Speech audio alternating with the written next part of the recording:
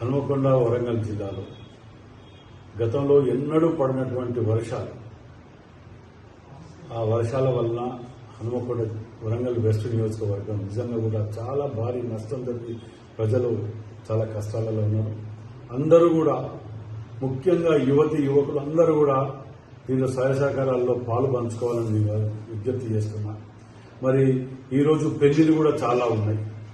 పెళ్లిలకు రాకుండా వృధా అవుతున్నటువంటి భోజనాలు, ఫుడ్ను కూడా మీరు కనుక కోఆపరేట్ చేస్తే మా యొక్క టీమ్స్ కూడా వచ్చి వాటిని తీసుకుపోయి వృధా చేయకుండా ఇస్తే మన అందరం ఆ నీళ్లలో ఉన్నటువంటి వాళ్లకు అందజేయగలిగితే చాలా సంతోషిస్తాం. దాన్ని కూడా అదేవిధంగా నిన్న రాత్రి నుంచి అధికారులు, ప్రజాప్రతినిధులు అందరూ కూడా పూర్తిగా ఇందులో నిమగ్నమై పూర్తి స్థాయిలో ఫీల్డ్ మీద ఉండటం జరుగుతున్నది. మరి ఎక్కడైతే భోజనాలు అవసరం ఉన్నాయో వారు మాకు ఫోన్ చేసినా, ఎక్కడైతే ఇబ్బందులుండి వసతి ఇబ్బంది ఉన్నా కానీ వారందరికీ అకామిడేషన్లు కూడా ఏర్పాటు చేయడం జరుగుతున్నది.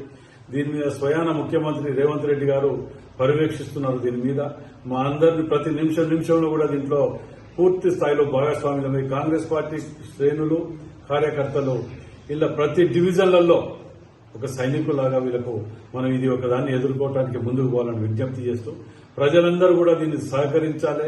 ఎందుకంటే దశాబ్ద కాలం నుంచి ఎన్నడూ పడనటువంటి హై లెవెల్లో వర్షం ఇలా పడటం జరిగింది. అంతేకాకుండా జనగాం, గన్పూర్ నుంచి వచ్చిన ఫ్లో కూడా ఇలా ఉదయం నుంచి రావటం వలన ఇది లోతట్టు ప్రాంతం కాబట్టి ఇటు ఎక్కువ వర్షాకాలంలో ఇరుక్కపోవాల్సి వచ్చింది వర్షాల వలన.